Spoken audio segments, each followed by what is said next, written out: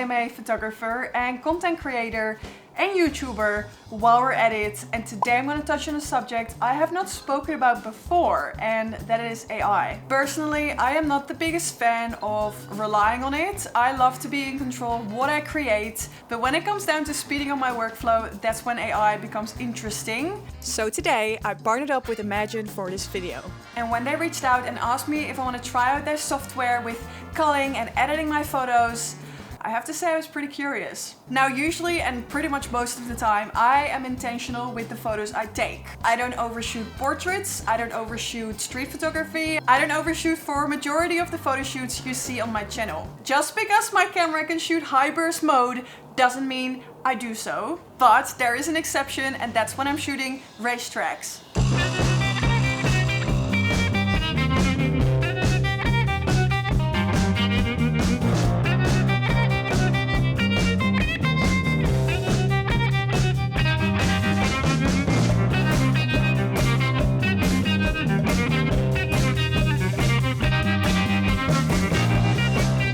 Trackside events, there is a lot happening. There's a lot of speed, a lot of motion, cars are flying by, and to be fair, I love a good panning shot, and to nail one, I need to shoot a lot.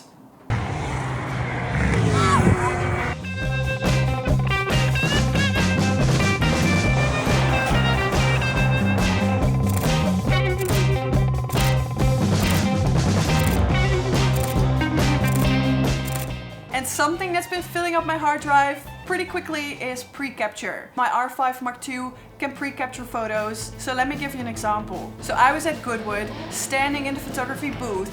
Cars were driving towards us, so I was already half pressing my shutter button, pre-capturing those photos. Then when the wheel was actually charging towards me and it was getting really close, that's when I started fully pressing my shutter button, and I actually managed to capture this moment. And I can tell you there were a couple jealous photographers around me that didn't use pre-capture. I think I shot about 10,000 photos, and of course this is over an event span of I think a week. Those are the moments I am overshooting. So I really want to show you how the software works, but for that we need a fresh batch of photos. So off I went, and for the very first time I shot V8 supercars. A very Aussie experience. So you're currently sitting on my phone holder from PTI Tech. I don't think it's supposed to work as a camera tripod. Let's get them going.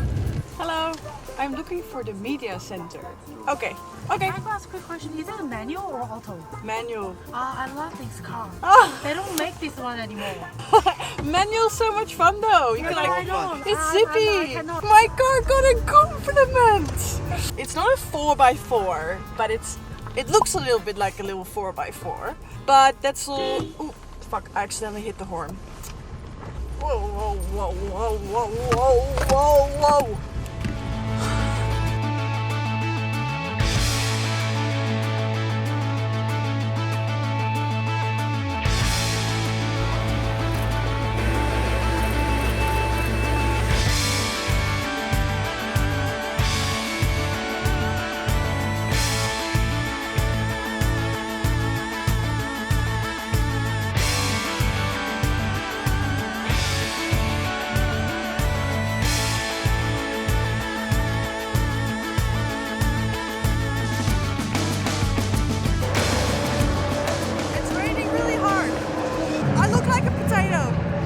I don't know if you have that as well when you're shooting for a long time.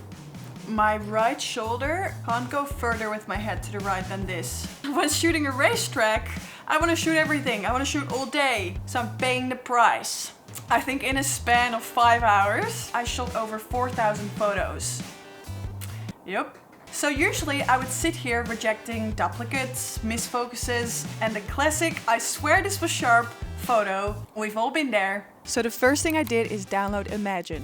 So for those 4,000 supercar shots, I created a new Lightroom catalog. And something I started doing recently is create a new catalog for every single project. Before I did that, I would always do everything in one catalog, and I think my catalog was up to 200,000 photos. I did notice it sometimes getting a bit slower, and it just felt a bit risky, because what if I lost that whole catalog? By the way, I'm using Lightroom Classic. So I just spilled my drink. I'm getting too excited. This is the first thing I see when I open up Imagen. And I'm gonna start off by culling all of the photos. And here it is, Sandown V8 Supercars. Now this was an event. I would like to review the culling results as the original photos. And now I can choose how it's gonna show me my selection. I can choose for colors or stars or flags. I actually quite like colors. That's what I've been doing with my DaVinci timelines too. I give everything a color and it's been refreshing.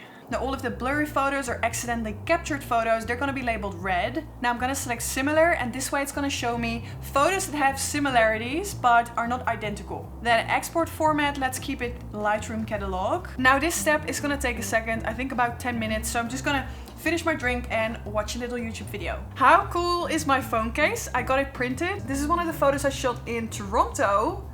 So I just received this email saying that my culling project is ready. It detected 430 photos that are out of focus or just misfired. Then the green are the keepers. Duplicates are 1500 photos, which makes sense because I was shooting a lot of the same cars at the same time. So let's start off with looking at everything that was misfired. These are out of focus. I don't know what I was doing here. The fact that it detects this is saving me a lot of time because I don't have to go through every single photo. Now let's look at the keepers, which is the green tab. Nice, all in focus. It even detected the panning shot through the fence here. There's a little part of this photo in focus, but what I wanted to be in focus is out of focus. So that's the only thing. Just go through this selection and make sure you're happy with it before sending it off to your client. Then up here we can choose an AI profile, and I already imported one of my favorite presets, which is called Everything All at Once from my Vintage to Cinematic preset pack. You know, one of those presets just works with literally everything?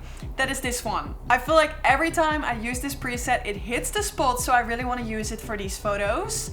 Let's edit these photos. So I'm gonna click on my AI profile Vintage to Cinematic preset pack. Then I'm gonna say straighten some of the photos. Maybe subject masks could be nice. We could even select exit sign removal. I want the background to be a little bit darker. Now I can find the edited photos in my Lightroom catalog and it highlighted the keepers with the green color. And let's have a look at the edits. Yeah, wow. So this is the raw photo, unedited, and this is the after.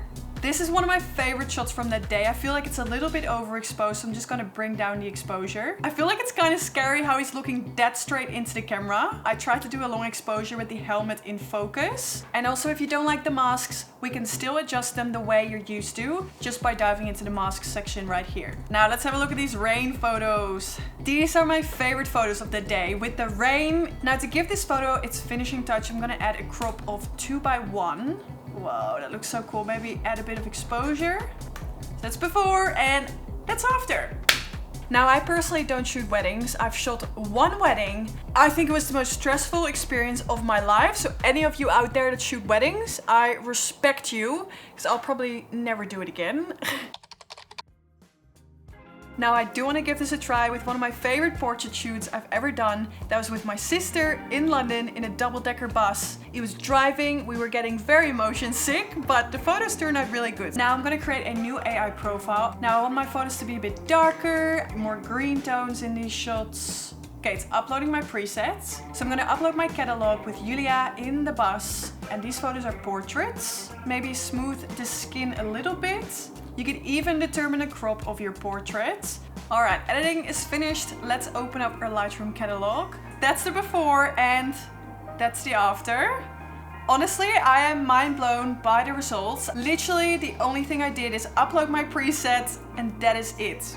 I feel like I still get to keep my style with my presets and my finishing touches. It saves me a lot of time culling through my photos and also editing them, but without spending the hours and hours doing the repetitive stuff like culling, for example. So for bigger events like racetrack events, this fits perfectly into my workflow. Below you can find a link that gives you 1500 free AI edits. So I really hope you enjoyed watching this video and I also hope to see you at my next one.